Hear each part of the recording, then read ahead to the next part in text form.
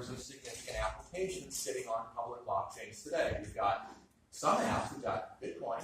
It is a store of value and a way to transmit. Yay, super for what it is. And you've got CryptoKitties, and you've got ICOs. And what else? What are the other world-changing apps running today on public blockchain? I can't think of them either. Neither can Vitalik. So the only big players today in public blockchain, I would claim, are speculators playing the zero-sum game, miners creating coins but not value, and crooks playing the negative-sum game. And anybody here not following when I say coins not value? Should I drill into that? No, you're okay with that? Okay. There's no real disincentives to bad behavior in a public blockchain. I'll explain why in some detail. And there are no real apps, no real commerce, no real value creation beyond what we've already talked about. Why? Because human incentives on tech platforms are constrained by four forces, according to Lawrence Lessig in his new Chicago School model. And these four forces are market forces, legal forces, social forces, and the code. And in the physical world, it would be market forces, legal forces, social forces in geography or other physical facts. But on technology, code is your physical reality. So the market forces that incentivize or disincentivize certain behavior, legal things like the intention of contracts versus what's actually executing. Social forces, everything is social, including internalized social forces that might make you feel shame, as well as peer pressure, and of course the code. And Bitcoin looks like this. It's got code, it creates market incentives that secure the chain, period.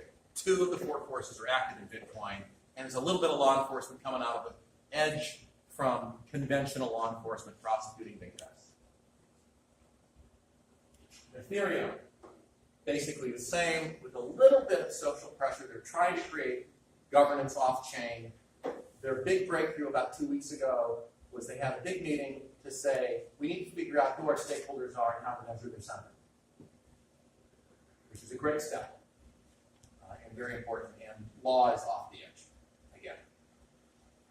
What if you built a public blockchain that used all four forces to constrain human behavior and fix some of the challenges facing the current public blockchains? What would that look like? Well, it would look like having code that's capable of doing code replacement, freezing accounts, and moving funds against the will of the current owner. It would look like skin in the game for all players. It would look like a constitution regarding contracts and arbitration, and repeated interactions among individuals, creating reputation. So let's look a little more at EOS IO governance. We have a legislature. The token holders are voting. We don't have to go find out who our stakeholders are. We've told everybody, if you have tokens, you get to vote on referenda, and you elect block producers, and you are the legislature. You set policy, period.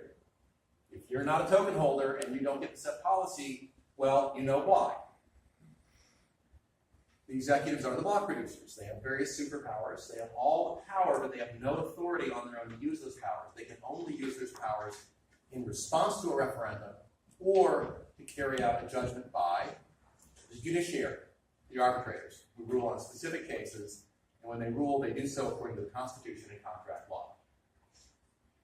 And if this looks suddenly very political, you are absolutely correct.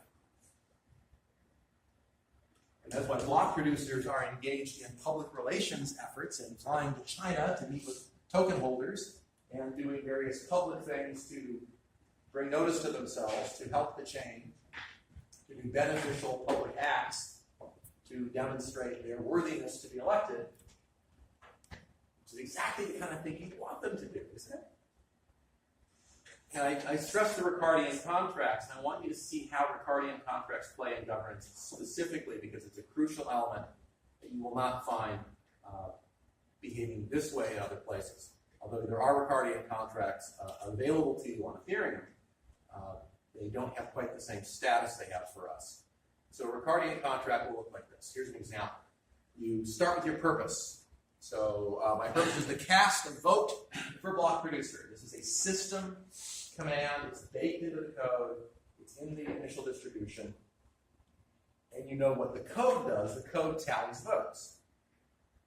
And if that's all you needed to do was tally the votes, you wouldn't need a Ricardian contract, you would need a smart contract, which executes the code.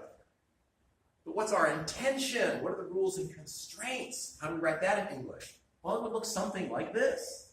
You would say, vote producer, parenthesis, voter, and array of producers is the two input arguments. The intention, cast a valid vote. And then here's the text, right? As an authorized party, I, the signer, wish to vote on behalf of a voter, because I might be the proxy, so I'm signing it electronically. In favor of the block producer candidates array. Is the voting weight equal to, blah, blah, blah, that's the business rule that's in the code. If I am not the beneficial owner, meaning I'm an exchange or a custodian, or any number of other well-understood concepts in the financial world, I stipulate I have proof I've been authorized to vote these shares by the beneficial owners.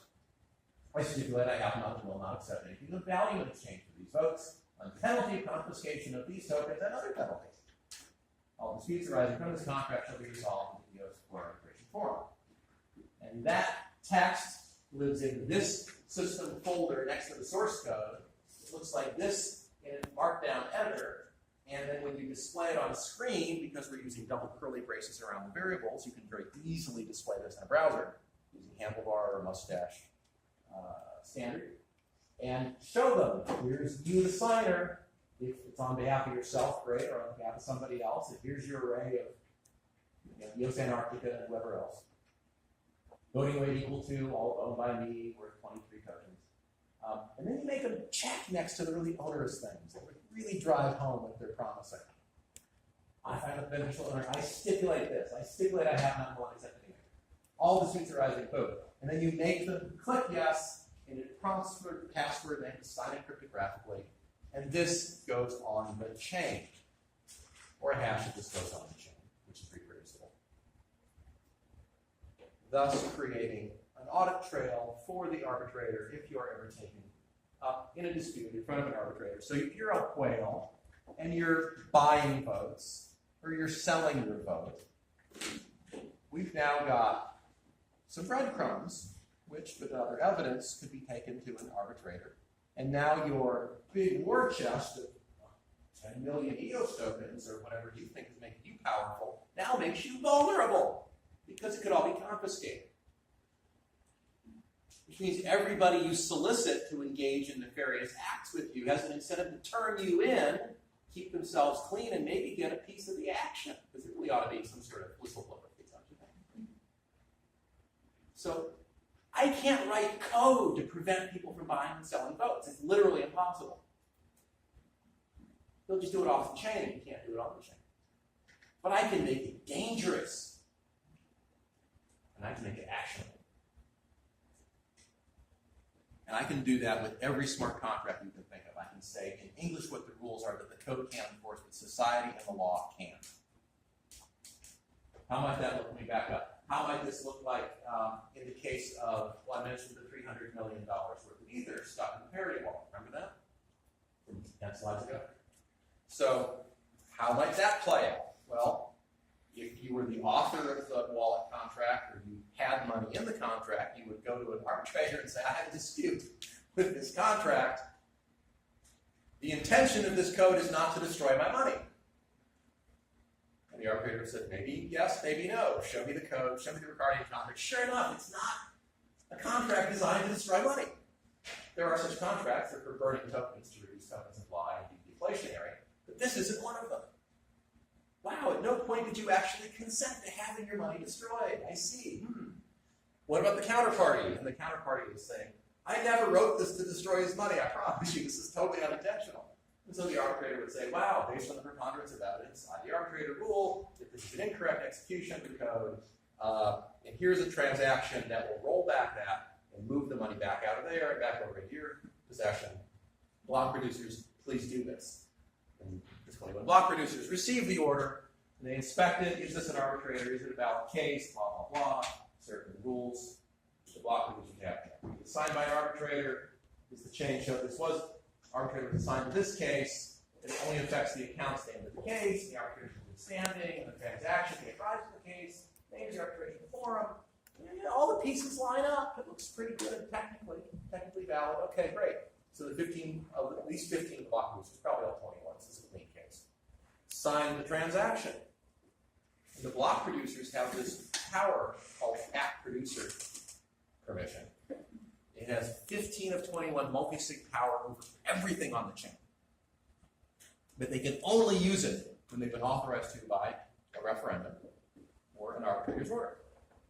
So instead of having the code is the law, I'm sorry, your $300 million is lost, there's nothing we can do, it's, oh yeah, well, we just do this. It might take you a while. After the order is signed, it goes in a 30-day execution queue, and then it rolls forward, it happens, and you get your money back after 30 days, and you might be thinking, that's awkward. But, you know, for $300 million, I'd wait. Would you wait? I'd wait. I'd be okay with it. Compared to the other alternative, I would totally wait.